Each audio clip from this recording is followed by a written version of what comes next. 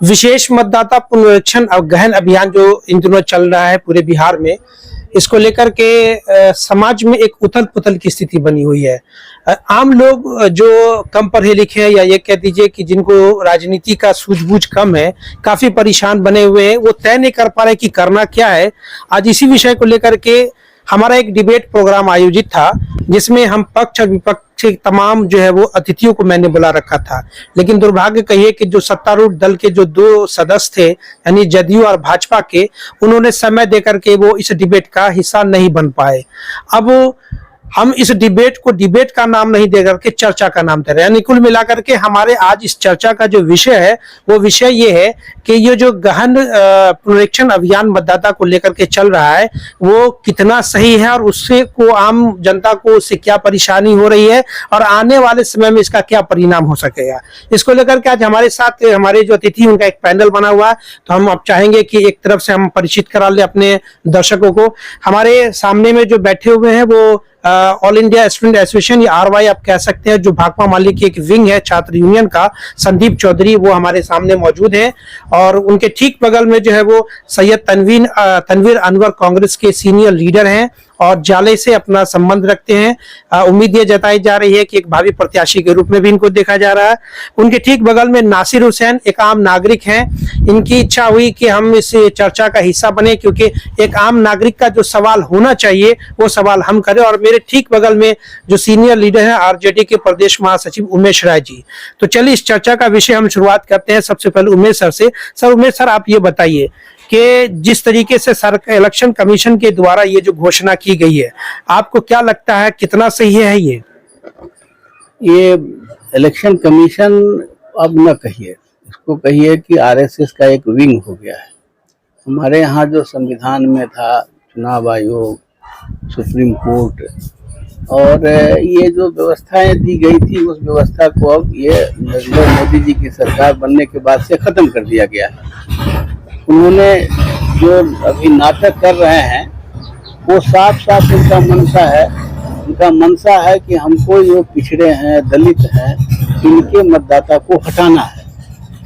नाम तो वो देते हैं मुसलमान का, लेकिन टारगेट इनका है, उनका है कि भाई पिछड़े दलित मतदाता मतदान न करे, उसका हिसाब है। ये 11 साल से सरकार में है। 11 साल में एक भी पाकिस्तानी वोटर को या बांग्लादेश का या रोहिंग्या का या किसी को आज तक नहीं पकड़े। हल्ला करते रहे कि रोहिंग्या है, बांग्लादेशी है और या बाहर विदेशी जो वो नागरिक है उसको हम करेंगे।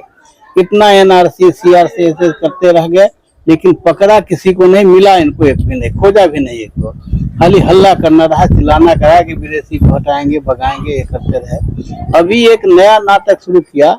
अगर इनका नियत साफ रहता, मनसा इनका साफ रहता, तो जनवरी से शुरू करते या फिर अगला 26 जनवरी 2026 को 1 जनवरी से शुरू करते। कौन इनको रोक देता?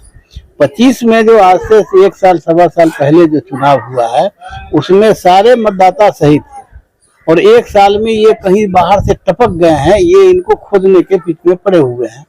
इनकी मंशा है साफ तौर से कि हम किस तरह से यहाँ के डेमोक्रेसी को खत्म करें। यहाँ के जो बुनियादी अधिकार जो संविधान सम्मत है, जो आदमी जन्म लेगा यहाँ, जो 5 साल तक किसी जगह रह जाएगा, उसको नागरिकता मिलेगी, उसको नजरअंदाज करके, उनको छोड़ करके एक नाटहुआ कर रहे हैं कि किस तरह से मतदाता का वोट हम काटें।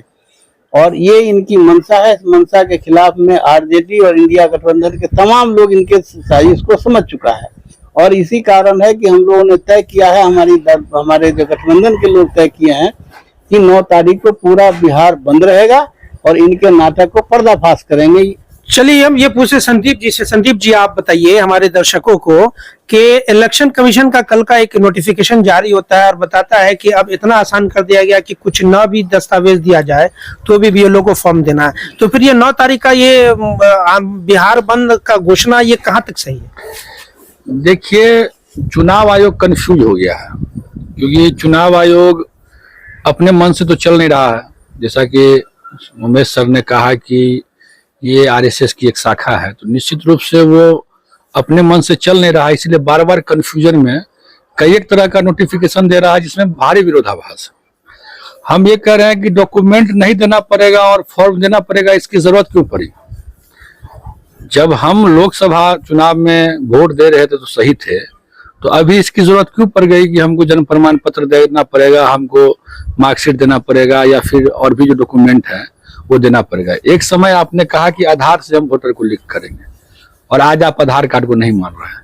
आप कहिए कि ड्राइविंग लाइसेंस को नहीं मान रहे हैं। जिस ड्राइविंग लाइसेंस नहीं रहने पर आप नागरिक को 10,000 से ज्यादा का फाइन कर देते हैं, लेकिन वो आज आपके वोटर होने के प्रमाण में वो काम नहीं करेगा। जबकि लगातार वोटिंग करने के लिए जो 5-7 डॉक्यूमेंट होते थे, उसमें PAN card, Aadhaar card, voter card, driving licence, ये तमाम डॉक्यूमेंट आप वोट डालने के लिए उपयोग कर सकते थे। तो बहुत ही विरोधाभास है। और आपको एक बात अब मैं बता दूं कि अभी कल ही एक बीएलओ से बात हो रही थी, वो लोग इतने तकलीफ में हैं। एक तो टीचर हैं, वो टीचर को आज के डेट में बिहार सरकार ने मजदूर से भी बदतर बना दिया है। उनका जो पूरा स्वाभिमान है, उनकी जो प्रतिष्ठा है, उसको सड़क पर लाके खड़ा कर दिया है। कल एक बीएलओ से ग्राम में बात हो रही थी, उन्होंने कहा कि हम लोगों को प्यार पकड़ना पड़ रहा है, मेरी नौकरी ना चल जाए, इसलिए लोग डॉक्यूमेंट देने के लिए नहीं तैयार हो रहे। करे जब हम वोटर लिस्ट में हम हैं तो हम फिर से क्यों तुमको डॉक्यूमेंट दे? और बीएलओ प्यार पकड़ रहे हैं कि मेरी नौकरी न चल जाए। हमने देखा कई एक बीएलओ का भारी प्रेशर की वजह से हार्ट अटैक हो गया, वो मर गए। तो ये कहाँ की ये जानकारी मरने की? ये जानकारी आपको मोतिहारी की है। तो ये जो पूरा का पूरा जो सिस्टम है वो कहीं ना कहीं एक उहापोह स्थिति बनाने की है। जो देश में बाहर कमाने के लिए गए हैं, जो रोजगार की तलाश में बाहर गए हैं, उनके भीतर एक असमंजस की स्थिति है। लोग गांव आने की तैयारी कर रहे हैं। तो कुल मिलाकर के सरकार जो डरी हुई है, क्योंकि जो काम इन्होंने महाराष्ट्र में किया, जो काम इन्होंने कर्नाटका में किया, उसका पोल खुल गया। तो वो चाहते हैं कि वोटिंग से पहले हम ऐसा कुछ काम कर लें जो हमारे फेवर में हो। लेकिन बिहार की जनता सजग है, बिहार का जो महागठबंधन है वो चलिए हम तनवीर भाई समझना चाहते हैं, दर्शक हमारे समझना चाहते हैं कि जब ये इलेक्शन कमीशन इतना सरल कर दिया, तो ये 9 तारीख का वो जो आप लोग विरोध प्रदर्शन, राहुल गांधी के बारे में जानकारी मिल रही है कि वो पटना आ रहे हैं, इसको धरना, इसको चक्का जाम को करने के लिए, जरूरत क्या है? खामखा आम जनता परेशान होगी जब इलेक्शन कमीशन बैकफुट पे आ गई है। अच्छा, एक चीज बताइए, आप हमसे सवाल कर रहे हैं, मैं आप ही से पूछना चाहता हूं मीडिया के माध्यम से, आज की परिस्थिति में बिहार के किसी आम नागरिक से आप पूछ लीजिए कि इलेक्शन कमीशन पर आपको भरोसा है? इसका जवाब वो दे देंगे, इलेक्शन कमीशन पूरी तरह से हाईजेक है और वो बिहार के लोगों को तो दिग्भ्रमित अभी कर ही रही है। पहले डॉक्यूमेंट्स लेंगे, अभी देना है तो दे दीजिए, नहीं तो वैसे फॉर्म भर के दे दीजिए। क्या भरोसा आप पर जो बिना डॉक्यूमेंट्स का कोई फॉर्म भर के दे और उस गरीब और जो दलित वर्ग के लोग हैं, ओबीसी वर्ग के लोग हैं, माइनॉरिटी वर्ग के लोग हैं, उनका नाम कट जाए और वो अपने वोट के अधिकार से वंचित हो जाए? इसका क्या तो विपक्ष को सजग रहना पड़ेगा। यही तो सजग है, मैं तो यही हमारी मांग है विपक्ष की। और हम लोग तो यही लड़ाई लड़ने के लिए 9 तारीख को हम लोगों ने चक्का जाम और विरोध प्रदर्शन का ये क्या है, जिसमें आदरणीय राहुल गांधी जी और तेजस्वी जी और पूरे महागठबंधन के लोग रोड पर रहेंगे। ऐसी परिस्थिति उत्पन्न की हुई, क्या आपको क्या लगता है कि क्या एनडीए ने मान लिया है कि हम चुनाव नहीं जीत रहे? देखिए, एनडीए पूरी तरह से बिहार में चुनाव हार रही है, वो चाहे कोई भी तिक्रम कर ले, ये मैं आपके माध्यम से बताना चाहता हूं। और ये जो महाराष्ट्र में जिस तरह का खेल खेला था चुनाव आयोग से मिलकर, उसकी पोल आपने देखा, पूरा देश देख रहा है। उसी का दूसरा रूप ये बिहार में लागू करना चाह रहे थे, लेकिन ये विपक्ष और ये बिहार की जो जनता है, उन्होंने बहुत मजबूती के साथ इसका विरोध किया है और वो डॉक्यूमेंट से बिना डॉक्यूमेंट्स पे आए हैं। और मैं आपको कहता हूं कि उनको वापस लेना पड़ेगा, क्योंकि अभी कोई जरूरत नहीं है। मतलब आप लोग कोई जरूरत नहीं है कि जब तक इलेक्शन कमीशन इस निर्णय को वापस नहीं लेती है तब तक आप लोग आंदोलन करेंगे? देखिए, ये निर्णय वापस लेना होगा, ये मेरा संवैधानिक अधिकार है। आप जबरदस्ती, मैं तो लोकसभा में हम लोगों ने वोट किया है। यहां इस देश में हमारे और आपके जैसे जो लोग हैं, उसके अलावा भी बहुत बड़ी आबादी है जिसके पास फॉर्म भरने तक भर नहीं पाएंगे। और बीएलओ की क्या स्थिति है, टीचरों की क्या स्थिति है, वो आप उनसे पूछिएगा।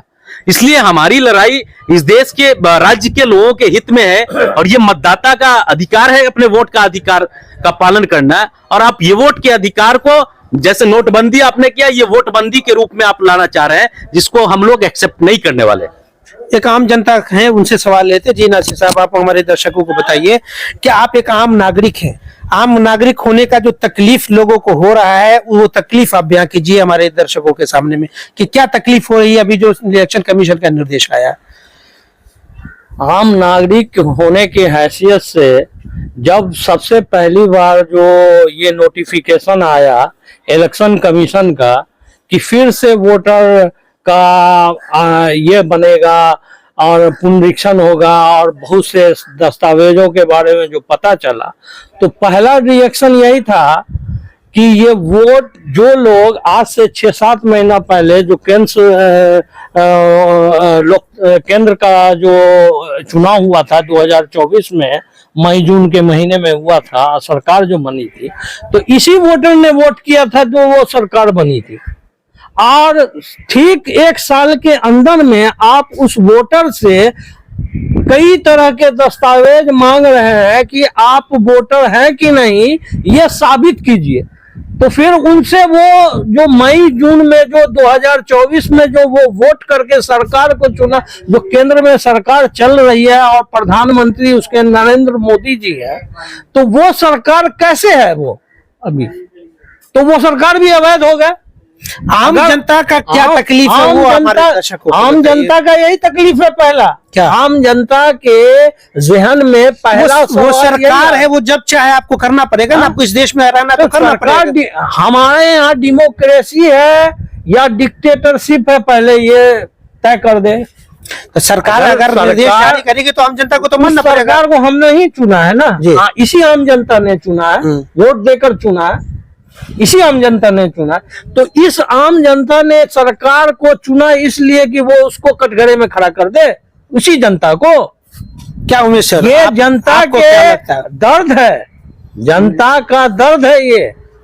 इन्होंने बहुत सही कहा है। मैं 69 से मतदाता हूँ, उम्र हमारी 72 साल की है। हर चुनाव में से पहले 1 जनवरी तक जो जिसका पहले 21 साल हो जाता था, जो अब 18 साल हो गया है, उस आदमी को मतदान का अधिकार था। जो मर जाता था उस सबको डिलीट कर दिया था। हर चुनाव से पहले होता है, कोई नई बात पहली बार नहीं होती है। इस बार यह जानबूझ करके, जैसे संदीप जी ने कहा कि ये दूसरी बात हम तो अनेक बार कहते हैं, ओपन मीटिंग में कहते हैं कि ये ईवीएम के द्वारा ये मैनेज होता है। ईवीएम भी फेल करने की स्थिति में है नरेंद्र मोदी जी के सरकार में। अब ये चाहते हैं कि हम ईवीएम से जो उसकी जो वास्तविकता खुल गई है कि ये कैसे हैक होता है और हैक से ही ये सरकार है, तो उससे भी पहले ये चाहते हैं कि जो इसे महाराष्ट्र में किया, कर्नाटक में किया, वो यहाँ करे, अभी जो आपका हरियाणा में किया, उसी की पुनरावृत्ति करना चाहते हैं। एक सवाल सर, चूंकि हम एक बात कहना चाहता हूँ, इसमें किसी को एतराज नहीं कि कोई मर गया है तो उसका वोट कट जाए, उसको डिलीट कर दिया जाए। जो अब तो 1 साल में 4 बार कर देता है, 1 जनवरी को हो, 1 अप्रैल को हो, 1 जुलाई को हो, 1 अक्टूबर को हो, इस तरह से ये बांट दिया है कि जो आदमी जब पूर्ण जाएगा 21-18 साल का तब वो हो सकता है। बड़ी अच्छी बात है। लेकिन अब जो जिसका जो मर गया है उसको डिलीट हो जाता है, ये कोई बात, इसमें किसी को दिक्कत नहीं है। दिक्कत इस बात है कि इनकी नीयत खराब है, इनकी नीयत है सबको ये करना। लेकिन उनका भी तो कहना है कि विपक्ष की नीयत खराब है। वो चाहते हैं कि रोहिंग्या, मुसलमान, पाकिस्तानी सबको यहाँ की नागरिकता दिलवा दे ताकि आप लोगों को सरकार में 11 साल में है सरकार में, एगो हमको कोई बता दे। आप लोगों को शायद मालूम होगा, हमको नहीं मालूम है, कम जानकारी रखते हैं हम। एक भी रोहिंग्या के बारे में मिला जाए कि वो को पकड़ा गया। पाकिस्तानी घुसपैठ को आप लोग यहाँ की नागरिकता दिलवाना चाहते हैं? पाकिस्तानी को तो ये बुला के लाते हैं। ये जो है सो अभी पुलवामा हुआ, पहलगांव हुआ, पकड़ा इन्होंने 4 आदमी आया, 4 गो आतंकी भी आया और 4 गो को मार के चला गया। ये कहाँ थे, क्या कर रहे थे? इनको तो डूब के मर जाना चाहिए, इस्तीफा दे के भाई चला जाना चाहिए कि साहब इनका सीमा सुरक्षित नहीं है, इनका बॉर्डर का जो है जो इंटेलिजेंस फेल कर गया है, इसमें गृह मंत्री से ये पूछा जा रहा है कि तुम कर क्या रहे हो? लेकिन एक सबसे बड़ा सवाल है सर, हमारे दर्शक जानना चाहते हैं कि विपक्ष को कम मुद्दा नहीं दिया सरकार ने। विपक्ष जो है वो सिर्फ प्रेस कॉन्फ्रेंस करके, उसके बाद जो है ना वो बयानबाजी करके, जो आंदोलन कहा जाता है कि सड़कें अगर सूनी हो जाती हैं तो लोकतंत्र वहां का जो है ये हो जाता है, तो सड़कों पर आप लोग उतरते क्यों नहीं? डॉक्टर लोहिया ने कहा था जब सड़कें सूनी हो जाएगी तो संसद आवारा हो जाएगा जी। और 9 तारीख को इसी को हम लोग कर रहे हैं। तो ये लगातार जारी रहेगा जब तक ये वापस अनवरत। चलिए संदीप जी, आपका हम पक्ष जानना चाहेंगे, कहीं ना कहीं आपको लगता है कि एनडीए की सरकार जो है वो चाहती है कि इन सब मुद्दों में लोगों को उलझा दे, लोग बेरोजगारी की बातें ना करें, महंगाई की बातें ना करें, यहाँ जो देश में जो है वो विकास नहीं हुआ उसकी बातें ना करें, तो कहीं ना कहीं चाहते हैं कि 2-3 महीने का टास्क जनता को दे दिया गया कि आप तुम इसी कागज पत्तर में बर्थ सर्टिफिकेट इसमें तुम उलझे रहो? आपको क्या लगता है? बिल्कुल बिल्कुल, देखिए ये जिस दिन शपथ ग्रहण लिए 2014 में, उस दिन से ही इनके पास टाइम टू टाइम जनता को गुमराह करने का, देश में एक कह लीजिए कि दंगा का माहौल, हिंदू मुसलमान के बीच डिबेट कराने का हर वक्त कुछ न कुछ इन्होंने टास्क रखा। और बहुत ही सचेत तौर पर इन्होंने उन तमाम संस्थानों को डिस्टर्ब करने की कोशिश की जो संस्थान उनके खिलाफ खड़ा हुआ, चाहे वो जेएनयू हो, चाहे वो एससीयू हो, चाहे वो टाटा इंस्टीट्यूट हो। फिर आप देखिए कि जो नेता इनके विरोध में बोले, जो नेता इनके खिलाफ वोकल होके बोले, उनको जेल हुआ, उन पर ईडी, सीबीआई, ये तमाम कोशिशें इनकी लगातार जारी रही है। और एनआरसी का इन्होंने पूरा कहिए कि लाया, उसके खिलाफ आंदोलन हुआ तो कोरोना आ गया। तो कुल मिलाकर के इनके खिलाफ जो आंदोलन होती है और उस आंदोलन में जब लगता है कि बैकफुट पर हम चल जाएंगे, तब ये उसके हिसाब से ये अपने प्लानिंग को चेंज करते हैं। अभी आप देखिए कि ये जो बार बार विपक्ष और सत्ता पक्ष हो रहा है, बिहार की जनता दोनों की है। ये सवाल इसलिए बीजेपी पे और जदयू पर उठ रहा है कि इनके दबाव में चुनाव आयोग काम कर रही है, चूंकि ये बोल नहीं रहे हैं। यदि किसी वोटर, यही चुनाव आयोग चुनाव भी कराएगी, आम जनता का भरोसा इस पे होगा? कहाँ हो रहा है भरोसा? यदि होता, मैंने तो आपको पहले ही कहा कि जो लोग वोटर लिस्ट में नाम जोड़ेंगे या हटाएंगे वो भी कंफ्यूज है। आज बीएलओ ज्यादातर शिक्षक हैं, वो परेशान है। एक बीएलओ ने कहा इंटरव्यू में कि मेरे पास भी इतने डॉक्यूमेंट नहीं है जितने डॉक्यूमेंट ये हम इनसे मांगने के लिए आए हैं। ये ऑन रिकॉर्ड है, आप देख लीजिए किसी भी यूट्यूब चैनल पे, एक न्यूज चैनल का ये खबर है। तो ये लगातार ये कोशिश कर रहे हैं, लेकिन लगातार महागठबंधन जो है, आज भी हमने इनकलाबी नौजवान सभा और आयशा की ओर से पूरे राज्य भर में प्रतिवाद हुआ है, नौजवानों का बड़ा प्रदर्शन हुआ है। क्योंकि यदि ये वोटर पुनरीक्षण में सबसे ज्यादा किसी का नाम कटेगा तो वो इस राज्य का नौजवान है। तो निश्चित रूप से नौजवान सड़कों पर है, गरीब किसान मजदूर सड़कों पर आएगा 9 तारीख को, और एक बड़ा आंदोलन होगा और इस आंदोलन को हम जीतेंगे। और उम्मीद है कि माननीय सुप्रीम कोर्ट भी इस पर निश्चित रूप से संज्ञान लेगी। एक सवाल है और जनता की जीत होगी। पीयूष गोयल भारत सरकार के मंत्री हैं, उनका एक स्टेटमेंट आता है कि बिहार की जनता राहुल गांधी को, तेजस्वी यादव को सीरियस नहीं लेती है। हालांकि भाजपा ने इनका नाम भी दिया था पप्पू। आपकी क्या प्रतिक्रिया? क्या राहुल गांधी को और तेजस्वी यादव को बिहार की जनता सीरियस लेती है? किसकी बात कर रहे हैं? पीयूष गोयल साहब, पूछिए वो जहां के हैं वहां उनको सीरियस लोग ले रहा है? नहीं ले रहा है। देखिए सवाल यह है कि पूरी की अगर राहुल गांधी एक ट्वीट कर दें तो पूरी की पूरी सत्ता जो है उनके खिलाफ बोलने लगती है, पूरा कैबिनेट आके प्रेस कॉन्फ्रेंस करने लगता है। यही उनकी ताकत है, और ये उनकी बदौलत नहीं बल्कि ये बिहार की जनता हो या देश की जनता की बदौलत है। तो राहुल गांधी हो या तेजस्वी जी हो, बिहार में एक चीज जान लीजिए, अभी एक किसी ने सर्वे भी किया था जिसमें राहुल जी को 47% और मोदी जी नीचे एकदम चले गए थे। तो बिहार में बदलाव साफ दिखाई दे रहा है, और बिहार के लोगों के बीच राहुल गांधी और तेजस्वी यादव जी का एक जबरदस्त तरीके से जो है फैन फॉलोइंग बढ़ा है। क्यों? क्योंकि राहुल गांधी जी हो या तेजस्वी जी हो, ये बिहार के नौजवानों की हित की बात कर रहे हैं। ये बिहार के जो आम गरीब गुरबा मजदूर दलित वर्ग के लोग हैं उनकी बात कर रहे हैं। बिहार के अति पिछड़ों की बात। अभी लगातार राहुल गांधी, हमको लगता है वो ऐसे लीडर है कि लगातार अति पिछड़ा और ओबीसी की बात वो कर रहे हैं, लगातार प्रोग्राम कर रहे हैं। तो ये जो सारा वर्ग है जिसको अपना भाजपा और एनडीए के लोग बपौती समझ रहे थे, उनका पांव मतलब जमीन जो है ना वो हिला हुआ है, क्योंकि ये वर्ग जो है ये पूरी तरह से भाजपा और एनडीए को इस बार बाहर का रास्ता दिखाने के लिए खड़ी हो गई है। तो ये राहुल गांधी और तेजस्वी जी के मेहनत की बदौलत है, जमीन पर आके काम करने की बदौलत है। तो इसलिए ये गोयल जी हो या ऐसे बहुत सारे लोग हैं, बहुत सारी बयानबाजी होगी, लेकिन असल जो हम लोगों का जो मुद्दा है, जो बिहार चुनाव को लेकर के है, बिहार में जो चुनाव आयोग का क्रियाकलाप है उसको लेकर जो मुद्दा है उस पर हम लोग लगातार, और आपने एक बात कही कि बाकी मुद्दों से ध्यान भटकाने के लिए भी ये किया जा रहा है, वो करने का प्रयास करेंगे, लेकिन हम इसके साथ साथ बाकी मुद्दों के साथ भी खड़े होकर लड़ने का प्रयास कर रहे हैं और लड़ेंगे। इसलिए हम लोग लगातार ग्राउंड पर दिख रहे हैं, आपको दिखता होगा, लगातार हर विषय पर आवाज़ उठाने का काम महागठबंधन कर रहे हैं। आप एक आम नागरिक होने के नाते हमारे दर्शकों को आप ये बताइए कि आप एक अल्पसंख्यक समुदाय से ताल्लुकात रखते हैं, तो ये तकलीफ आम जनता में सिर्फ मुसलमानों को है या दलित, पिछड़ों और अन्य जाति के लोगों को भी उतनी तकलीफ है जितना आपको तकलीफ है? क्योंकि अगर उनको तकलीफ होती तो वो सड़कों पे होते हैं। आज वो कुछ उनका बयान नहीं रहा, कहीं ना कहीं आप अल्पसंख्यक के मुसलमान इसलिए आपको ज़्यादा तकलीफ है।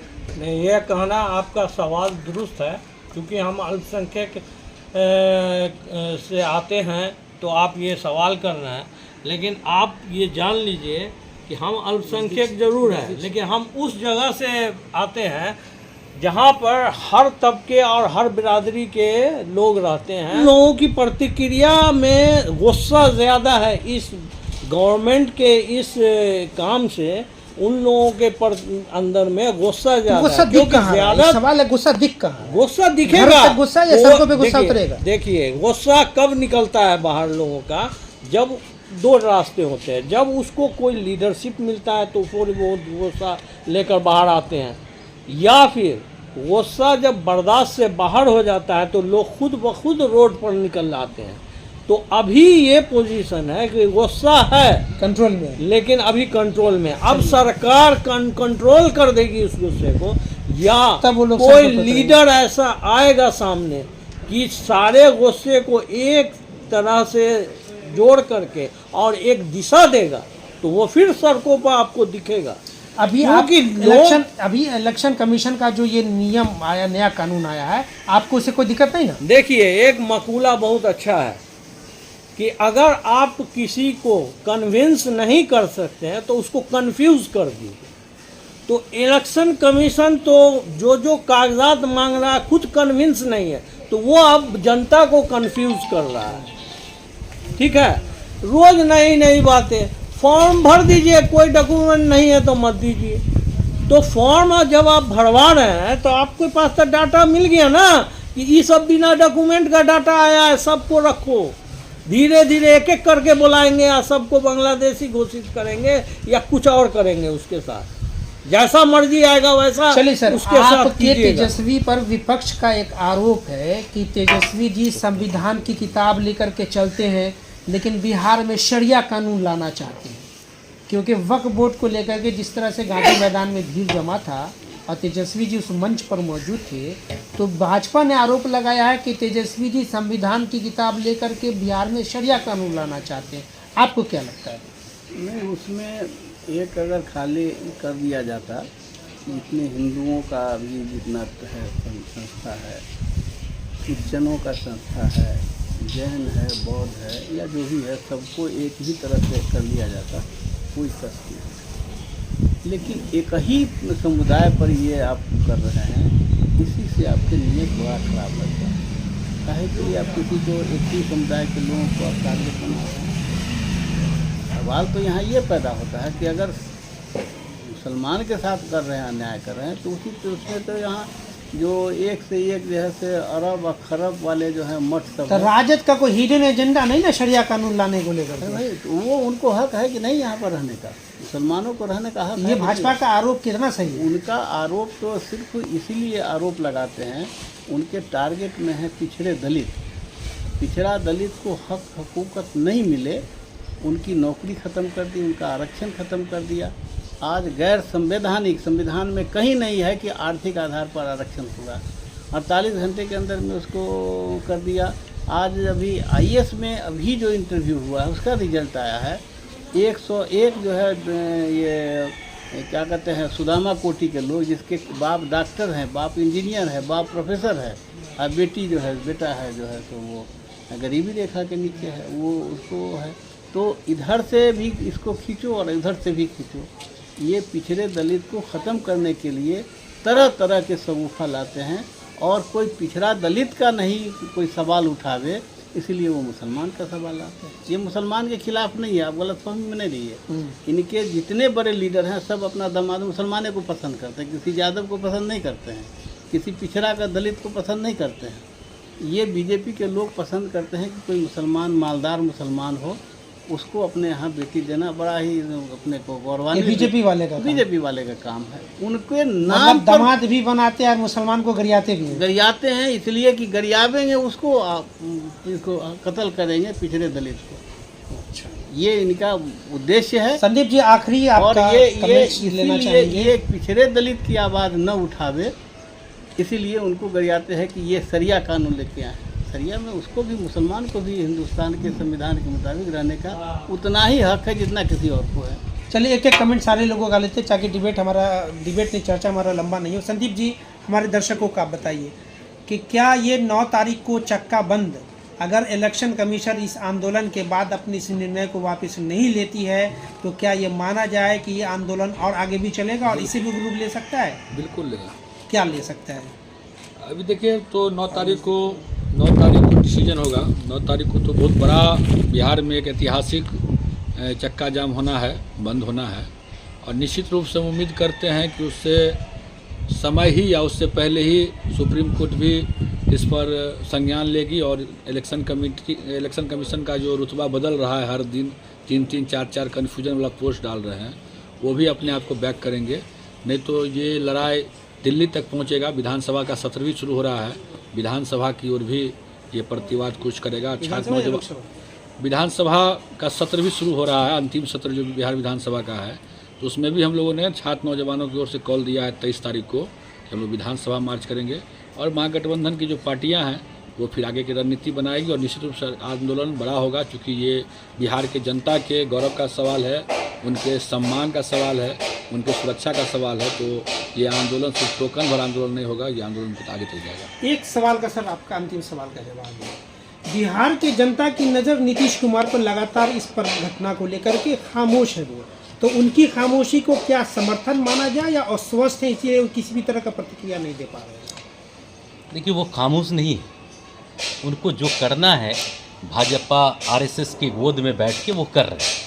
इसको आप गलत मायने में मत ले जाइए कि खामोश हैं। ये कन्फ्यूजन ख़त्म कर लीजिए कि वो बीमार हैं, ये है, वो आरएसएस और भाजपा के गोद में बैठ चुके हैं और जब उस गोद में है तो जो आरएसएस और भाजपा का फरमान होगा वही नीतीश जी करेंगे। इसलिए वो खामोश नहीं है बल्कि वो उन्हीं का उनकी सहमति है, वही लागू कर रहे हैं। चलिए एक सवाल सर, एक लाइन में आपसे जो समझना चाहेंगे कि अभी जो निर्णय हुआ है उस निर्णय के बाद आप लोगों को थोड़ी राहत मिली है या आप भी एक आम जनता होने के नाते ये चाह रहे हैं कि वापस को ले लिया जाए? आम जनता को इस एक निर्णय से कोई राहत नहीं मिला है। आप फॉर्म भरवा लीजिएगा और कोई डॉक्यूमेंट नहीं है, कौन है फॉर्म भर दीजिए, फिर आप डॉक्यूमेंट एक एक करके बुला करके मांगिएगा। कलेक्ट्रेट में जमघट लगा लीजिएगा, ब्लॉक में जमघट लगा लीजिएगा और लाइन लगवा दीजिएगा नोटबंदी की तरह। जैसे नोटबंदी में हजारों लोग मर गए वैसे इस लाइन में भी लोग मर जाएंगे। कहिएगा जमा कीजिए अपना अपना सर्टिफिकेट, आपका नाम है, आप फॉर्म भरे हैं, आपने अपना कोई डॉक्यूमेंट नहीं दिया, अब आप डॉक्यूमेंट दीजिए। अभी तो इस हंगामा को रोकने के लिए वो देख रहे हैं कि माहौल बहुत गर्म है, गुस्सा अंदरूनी तौर पर बहुत उबल रहा है, सिर्फ एक डायरेक्शन नहीं मिल रहा है। उस डायरेक्शन को रोकने का ये काम किया है चुनाव आयोग ने कि विदाउट डॉक्यूमेंट के आप फॉर्म भर दीजिए ताकि लोग चुप हो जाएं। और ये विपक्षी दल जो भी हैं ये लोग कर रहे हैं, तो अगर ये रोड पर निकल गई जनता तो जनता अपने आप में भी बहुत बड़ा आंदोलन खड़ा कर देती है बिना किसी नेतृत्व के। और अगर सधा हुआ नेतृत्व मिल गया तो फिर इस सरकार को बहुत प्रॉब्लम हो जाएगा आगे। जो ये लोग महाराष्ट्र में और हर जगह कभी विधायक खरीद लेते हैं, कभी सरकार चुनी हुई सरकार को गिरा देते हैं, कुल मिलाकर के आपकी बातों से ईवीएम ये को लग रहा है- मैनेज कर हाँ, समझ गया। आपकी बातों से ये लग रहा है कि आम जनता भी इससे राहत महसूस राहत नहीं महसूस कर रही चलिए है, सर, आपसे किसी भी समझना हालत में चाहेंगे। राहत में नहीं। एक राजनीति विश्लेषक हैं अशोक वानखेड़े, उनका एक बयान कल आया है कि विपक्ष इलेक्शन कमीशन के इस निर्णय से विपक्ष को खुश नहीं होना चाहिए, क्योंकि इलेक्शन कमीशन अपने मंशा को आखिरी समय तक कामयाब होकर के रखे रहेगा। अंतिम जो सूची जारी होगी वोटर लिस्ट की, असल वो देखना है कि उस लिस्ट में जो लोग हैं वो उनका नाम बचा है या काट दिया गया है। तो उसमें आपको कितनी सच्चाई दिख रही है? नहीं, बहुत सही कहा उन्होंने। और हम लोग विपक्ष की जिम्मेदारी बढ़ गई। नहीं, इस बात को हम लोग मानते हैं। उन्होंने तो तय कर लिया था और 13 महीना तक किसान दिल्ली के सड़कों पर बिताया। CIA और NRC के लेके ये पूरे देश के महिलाएं, युवक, नौजवान सारे लोग बैठे रहे अपना जो इनका NRC और CA के खिलाफ में। जैसे आंदोलन है, एक है ना, जैसे आग लगता है तो कुत्ता नहीं पकता है, कुत्ता जलता नहीं, वो भाग जाता है। जैसे आंदोलन खड़ा होगा वैसे ही ये भागेंगे, कहाँ जाएंगे पता नहीं चलेगा। इनको ये है लग रहा था कि हम जो आँख में धूल झोंक के हम काम कर लेंगे, लोगों को पहले से हम इनको मतदाता से हटाएंगे और फिर जो मन होगा सो अपना या बांग्लादेशी कर देंगे। ये विपक्ष समझ गया और उनको फिर वहीं पर आना पड़ेगा कि गलती हो गई हमसे, अब हम इसको वापस करते हैं। और उस समय तक जब तक नहीं होगा तब तक विपक्ष संकल्पित है लेकिन कि हम संघर्ष वापिस शब्दों में कह दिया, लेकिन करनी कुछ हार हो तो इसके लिए तो सजग रहना उनको पड़ेगा। सजग होने की ही बताने, जब तक वो बिल्कुल सरेंडर नहीं कर जाएंगे विपक्ष तब तक खड़ा रहेगा। जनता ये चाहती है कि जल्दी से वो खत्म हो। चलिए सर, आप सभी मेहमान हमारे इस डिबेट की चर्चा का हिस्सा बने, आप सभी का धन्यवाद।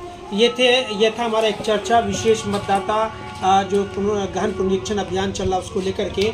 और हम अपने दर्शकों से एक अपील करना चाहेंगे कि अगर आप में से कोई भी आदमी जो सत्तारूढ़ दल से है, JDU आप कह दीजिए, भाजपा कह दीजिए, या NDA के किसी घटक दल के कोई भी नेता यदि आने वाले समय में हमारे किसी मुद्दे के डिबेट का हिस्सा बनना चाहते हैं तो आप हमसे जो स्क्रीन पे नंबर दिया उससे संपर्क कर सकते हैं, क्योंकि डिबेट में पक्ष विपक्ष दोनों होना चाहिए। मैं फिर से एक बात अपने दर्शकों को बता दूं कि आज हमारी इस डिबेट में JDU के सीनियर लीडर को आमंत्रित थे, भाजपा के सीनियर लीडर आमंत्रित थे, मैं उनका नाम नहीं लेना चाहूँगा, लेकिन अंतिम समय में उन्होंने अपने आने का प्रोग्राम कैंसिल कर दिया कुछ और बहाना लगा करके। अब इसके पीछे का क्या कहानी है वो मुझे नहीं मालूम। बहरहाल देश दुनिया की बाकी खास खबरों को देखने के लिए देखते रहिए TV 24। धन्यवाद।